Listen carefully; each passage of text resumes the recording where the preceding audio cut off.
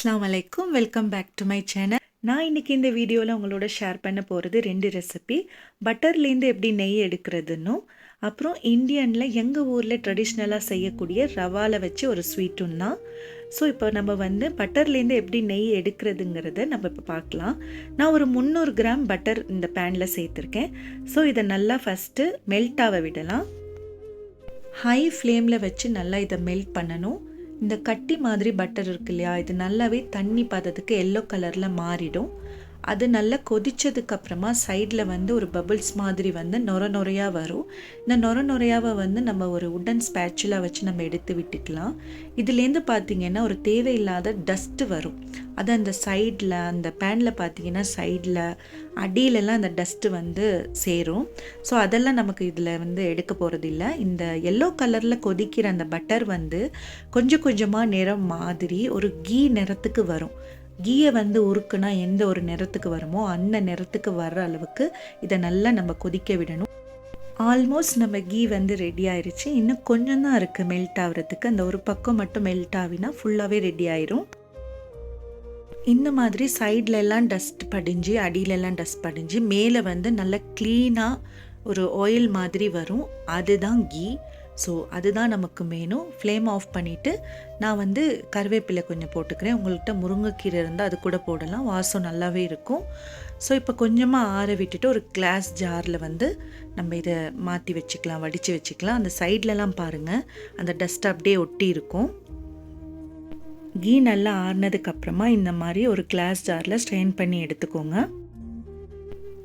இதை வடித்ததுக்கப்புறம் அந்த கப்லேயும் பாருங்கள் அந்த டஸ்ட் அப்படியே ஒட்டி இருக்குது. இதை நல்லா ஸ்ட்ரெயின் பண்ணி எடுத்தால் தான் இந்த கீ நல்லா பியூராக கிடைக்கும். ஸோ இப்போ ஹோம்மேட் கீ ரெடி ஆயிடுச்சு. ஸோ இந்த நெய்யை வச்சு நம்ம இன்றைக்கி ஒரு ட்ரெடிஷ்னல் ஸ்வீட் செய்ய போகிறேன். அதுக்கு தேவையான பொருளெல்லாம் நான் எடுத்து வச்சுட்டேன்.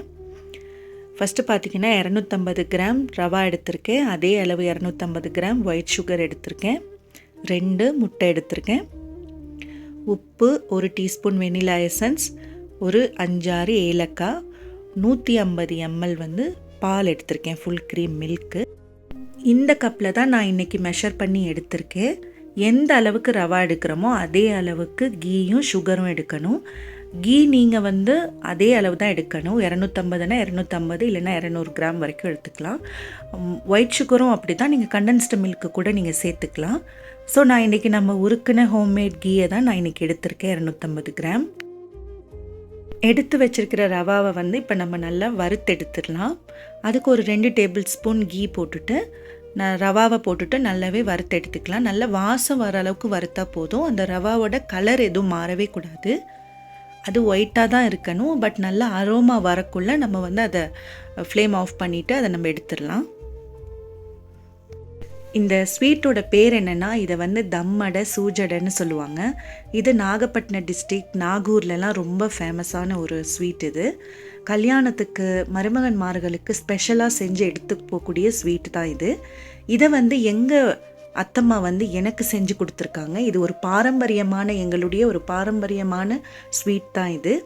எங்கள் ஊர் பார்த்திங்கன்னா சங்கரன் பந்தல். ஸோ எங்கள் ஊரில் மருமகன்மார்களுக்கு கல்யாண காலங்களில் கட்டாயமாக செய்யக்கூடிய ஒரு ஸ்வீட்டு தான் இந்த சூஜடைங்கிறது. இதை ரவாவை வச்சு தான் செய்யணும். அந்த காலத்துலலாம் விறகடுப்பில் செய்வாங்க. பட் இந்த காலத்தில் இப்போ இருக்கிற ஜெனரேஷன் எப்படி ஈஸியாக இந்த ஸ்வீட்டை செய்யலாம் வீட்டிலையேங்கிறதுக்கு தான் நான் ஒரு 1/4 கிலோ மாதிரி செஞ்சு காட்டியிருக்கேன். ஸோ ரவா நல்லா வறுத்துருச்சு. அதை ஒரு பவுலில் மாற்றிட்டு இதை இந்த பீட்டரால் கூட நம்ம பீட் பண்ணிக்கலாம். பட் நான் ஹேண்ட் பீட்டரால் விஸ்கால் தான் இப்போ நான் செய்ய போகிறேன். ஸோ 2 முட்டை எடுத்தோம் இல்லையா, அதை நல்லா உடச்சி போட்டுட்டு நல்லாவே விக்ஸ் பண்ணி எடுத்துக்கலாம். இதை எந்த அளவுக்கு இந்த எக்கை உங்களால் அடிக்க முடியுமோ அந்த அளவு அடிச்சுக்கோங்க. அந்த எக்கு அந்த மஞ்சள் தெரியவே கூடாது. ஓரளவுக்கு நல்லா அந்த ஒயிட்டாக ஆகிற அளவுக்கு நல்ல முட்டையை அடித்து எடுத்துக்கோங்க. 250 கிராமுக்கு 2 முட்டை, 1/2 கிலோவுக்கு 4 முட்டை. ஸோ ஓரளவுக்கு நல்லா அந்த மஞ்சள் நிறமெல்லாம் மாறினதுக்கப்புறமா எடுத்து வச்ச சுகரையும் சேர்த்துட்டு நல்லாவே இதை நல்லா பீட் பண்ணணும். விஸ்கால் பீட் பண்ணாலே போதும். அந்த காலத்துலலாம் பார்த்திங்கன்னா கையால் தான் நல்லா பீட் பண்ணுவாங்க. எலக்ட்ரிக் பீட்டராலையும் பீட் பண்ணிக்கலாம். பட் நான் விஸ்கால் தான் பீட் பண்ணுறேன். ஏன்னா இந்த அளவுக்கு எனக்கு போதும்னு தோணுச்சு. ஸோ நல்லா இப்போ நல்லா அடித்து எடுத்துக்கலாம். நான் வந்து 250 கிராம் ரவாக்கு 250 கிராம் சுகரே எடுத்துக்கிட்டேன். சில பேர் 100 கிராம் சுகர் எடுத்துட்டு பாக்கி இருக்கிற ஒரு 150 கிராம் வந்து கண்டென்ஸ்டு மில்க் எடுப்பாங்க. அப்படி கூட நீங்கள் எடுத்துக்கலாம். பட் நான் வந்து அந்த காலத்தில் செய்கிற பாரம்பரிய முறையை அப்படியே செய்யணுங்கிறதுக்காக சுகரே நான் எடுத்துக்கிட்டேன். ஏலக்காவை நல்லா இடித்து போட்டுக்கலாம். இடிச்சிட்டு அதையும் இதில் வந்து வெண்ணிலா எசன்ஸ் கூட தேவையில்லை. நான் ஒரு ஃப்ளேவருக்காக எனக்கு பிடிக்கும்னு தான் சேர்த்துக்கிட்டேன். அந்த காலங்கள்லாம் வெண்ணிலா எசன்ஸ் சேர்க்க மாட்டாங்க. ஏலக்காவை மட்டும் தான் இடித்து சேர்த்துப்பாங்க. ஸோ இப்போ நான் வெண்ணிலா எசன்ஸையும் உப்பையும் சேர்த்துட்டு எதையும் நல்லாவே அடித்து பீட் பண்ணி எடுத்துக்கிறேன். இந்த ஸ்வீட்டை பொறுத்த வரைக்கும் என்னென்னா, எந்த இன்க்ரீடியண்ட் அதுக்குள்ளே போனாலும் நல்லா பீட் பண்ணி நல்லா அடித்து எடுத்துடணும். அது நல்லா மிக்ஸ் ஆக தான் நமக்கு அந்த ஸ்வீட் வந்து ரொம்ப பர்ஃபெக்டாக வரும். அதுதான் இந்த ஸ்வீட்டோட ஸ்பெஷலே. இப்போது எல்லா இன்க்ரீடியண்ட்டும் நல்லா மிக்ஸ் ஆனதுக்கப்புறமா நம்ம எடுத்து வச்சுருக்கிற பால் இருக்கு இல்லையா, அதுலேருந்து ஒரு 1/2 கப் மாதிரி மட்டும் இதில் போட்டுட்டு அதையும் நல்லா பீட் பண்ணி எடுக்கணும். இப்போ நம்ம 180 ml பால் எடுத்திருக்கோம்.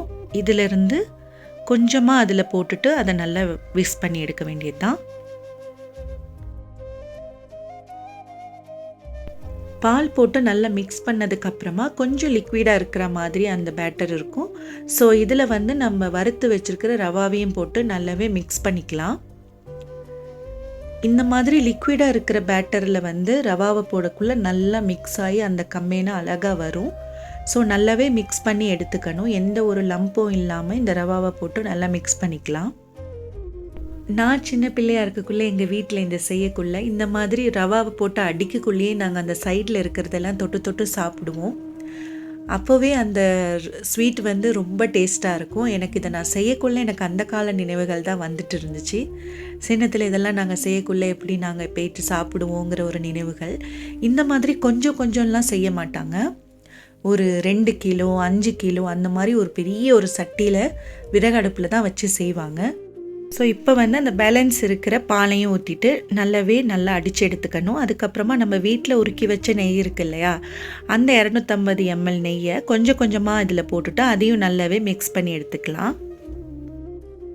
இப்போ நம்ம போட்டிருக்கிற எல்லா இன்க்ரீடியண்ட்டுமே நல்லா ஒன்றா மிக்ஸ் ஆகி எந்த ஒரு கலவையுமே வெளியே தெரியாமல் நல்ல ஒரு பார்க்குறதுக்கு வந்து நல்ல ஒரு மாவு மாதிரி, ஒரு மாவு கலவை இருந்தால் எப்படி இருக்கும் அந்த பேட்டர் மாதிரி இருக்கணும் இது பார்க்குறதுக்கு. அந்த அளவுக்கு நல்லா மிக்ஸ் பண்ணி இதை எடுத்துக்கலாம். ஸோ பேட்டரை நல்லா பீட் பண்ணதுக்கப்புறமா இன்னொரு பேனில் வந்து 2 டேபிள் ஸ்பூன் நெய் போட்டுட்டு ஒரு 10 கிராம் மாதிரி நான் கேஷ்யூ எடுத்திருக்கேன். அதை நல்லா குட்டி குட்டியாக வெட்டிட்டு அதையும் நல்லாவே வறுத்து எடுத்துக்கலாம். உங்களுக்கு இஷ்டமான நட்ஸ் நீங்கள் எது வேணாலும் போட்டுக்கலாம். கிஸ்மிஸ், பாதாம் எது வேணாலும் போட்டுக்கலாம். நான் வந்து இன்றைக்கி கேஷ்யூ எடுத்திருக்கேன். ஸோ அதை நல்லா கீழே வந்து மீடியம் ஃப்ளேமில் வச்சு நல்லா வறுத்து எடுத்துட்டு அதுலேயே பார்த்திங்கன்னா இப்போ நம்ம செஞ்சு வச்சுருக்கோம் இல்லையா மிக்சர், ரவா மிக்சர் இருக்குல்ல, அதை வந்து இதில் நம்ம ஊற்ற போகிறோம். அதில் போட்டுட்டு அதையும் நல்லாவே மிக்ஸ் பண்ணி எடுக்க போகிறோம். ஸோ இப்போ எல்லா பேட்டரையுமே நான் இந்த பேனில் போட்டுட்டு ஃப்ளேமை வந்து இந்த ஸ்டேஜில் நான் ஸ்லோவில் வச்சுக்கிட்டேன். இல்லைனா இது வந்து அடியில் தீஞ்சிரும். ஸோ வந்து எல்லா பேட்டரையுமே இதில் பேனில் போட்டுட்டு இதை நம்ம வந்து ஒரு ஜென்டிலாக வந்து மிக்ஸ் கொடுத்துக்கலாம்.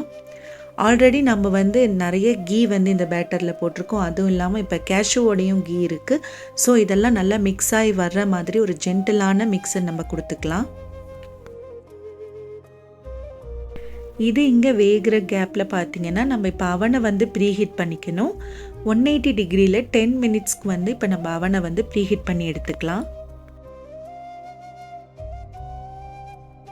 இந்த ஸ்வீட்டுக்கு முக்கியமான அடுத்த ஸ்டேஜ் பார்த்திங்கன்னா பீட் பண்ணுறதும் அடுப்பில் வச்சு இதை நல்லா கைவிடாமல் கிளறதும் தான். நல்லாவே கைவிடாமல் கிளறி எடுக்கணும். ஏன்னா அடியில் தீஞ்சிருச்சுன்னு சொன்னால் இந்த ஸ்வீட்டோட டேஸ்ட்டும் அந்த ஃப்ளேவரே டோட்டலாக சேஞ்ச் ஆகிடும். அதனால நல்லாவே கிளறி சைடில் உள்ளதெல்லாம் எடுத்து நல்லா மிக்ஸ் பண்ணி எடுத்துக்கணும். அடியே தீயாத அளவுக்கு ஃப்ளேமை நல்லா ஸ்லோவில் வச்சுட்டு நல்லா மிக்ஸ் பண்ணி எடுக்கணும்.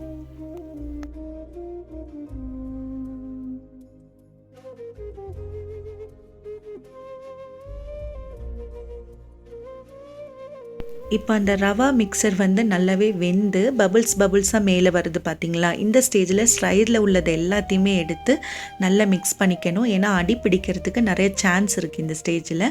உங்களுக்கு ஃபுட் கலர் வேணும்னா நீங்கள் போட்டுக்கலாம். நான் எந்த ஒரு ஃபுட் கலருமே இதில் போட போகிறது இல்லை. அந்த நேச்சுரலாக அதில் என்ன கலர் வருதோ அந்த கலரே நல்லா தான் இருக்கும். பட் பார்க்குறதுக்கு நல்லா இருக்கணும்னு சில பேர் இதில் ஃபுட் கலர் சேர்த்துப்பாங்க. ஸோ இப்போ இந்த பேட்டர் வந்து பேக் ஆகிறதுக்கு ரெடி ஆயிடுச்சு. இன்றைக்கி நான் பேக் பண்ண எடுத்திருக்கிற பவுல் பார்த்திங்கன்னா ஒரு சில்வர் பாட் மாதிரி தான் நான் எடுத்திருக்கேன். இதில் வந்து கீயை போட்டுட்டு நல்லா வந்து அதை வந்து அப்ளை பண்ணிவிட்டு அதுக்கப்புறமா நம்ம இப்போ எடுத்து வச்சுருக்கிற பேட்டர் இருக்கு இல்லையா, அந்த பேட்டரையும் இதில் போட்டுக்கலாம். ரவா மிக்சரை ஃபுல்லாக நம்ம அதில் போட்டதுக்கப்புறமா அதை வந்து நல்லாவே ஒரு ஸ்பேச்சுலா ஆர் ஸ்பூனால் நல்லா வந்து ஸ்மூத் பண்ணி விடணும், சமப்படுத்தணும். சமப்படுத்திட்டு ஒரு 2 டேபிள் ஸ்பூன் மாதிரி அதுக்கு மேலேயும் நம்ம கீ போடணும். கீ போட்டுட்டு கேஷ்யூ நட்டை வந்து நம்ம வந்து அந்த மேலே அந்த டெக்கரேஷனுக்காக நம்ம வைக்கலாம். அது சாப்பிடக்குள்ளே ரொம்ப டேஸ்ட்டாக வரும் பேக்காய் வந்ததுக்கப்புறமா. ஸோ கேஷ்யூவை வந்து இந்த பேட்டர் ஃபுல்லாக நம்ம வந்து அழகாக வந்து வச்சுக்கலாம்.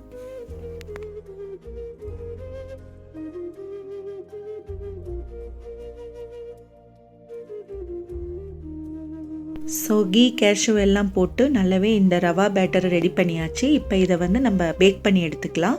நான் 180 டிகிரியில் ஒரு 30 மினிட்ஸ்க்கு இதை பேக் பண்ண போகிறேன்.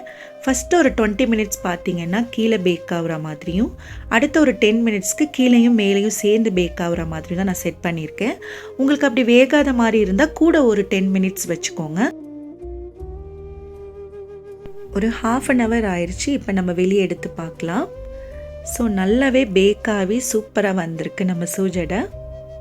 இதை செய்யக்கூடியவங்களுக்கு தெரியும் இது எந்த அளவுக்கு பர்ஃபெக்டாக மேலே கிறிஸ்பாக அழகாக வந்திருக்கு அப்படின்னு. இது இந்தியாவில் தமிழ்நாட்டில் நாகப்பட்டினம் டிஸ்ட்ரிக்டில் ரொம்ப ரொம்ப ஃபேமஸான ஒரு ஸ்வீட். நீங்கள் எந்த நாட்டிலேருந்து பார்த்தாலும் கண்டிப்பாக இந்த ரெசிபியை நான் சொன்ன மெஷர்மெண்ட்டில் நீங்கள் செஞ்சு பாருங்கள், ரொம்பவே பர்ஃபெக்டாக வரும். ஸோ நான் அதை வந்து இப்போ வெளியே எடுத்து ஒரு ட்ரேயில் போட்டு வச்சுக்கிட்டேன்.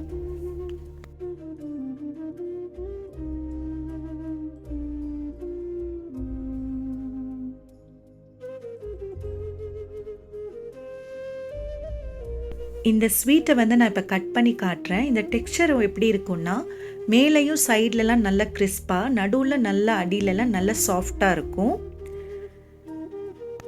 இதை வந்து நல்லா ஆறுனதுக்கப்புறமா கட் பண்ணி எடுத்துக்கலாம். அப்போ தான் அந்த எக்ஸாக்ட் டேஸ்ட் நமக்கு தெரியும்.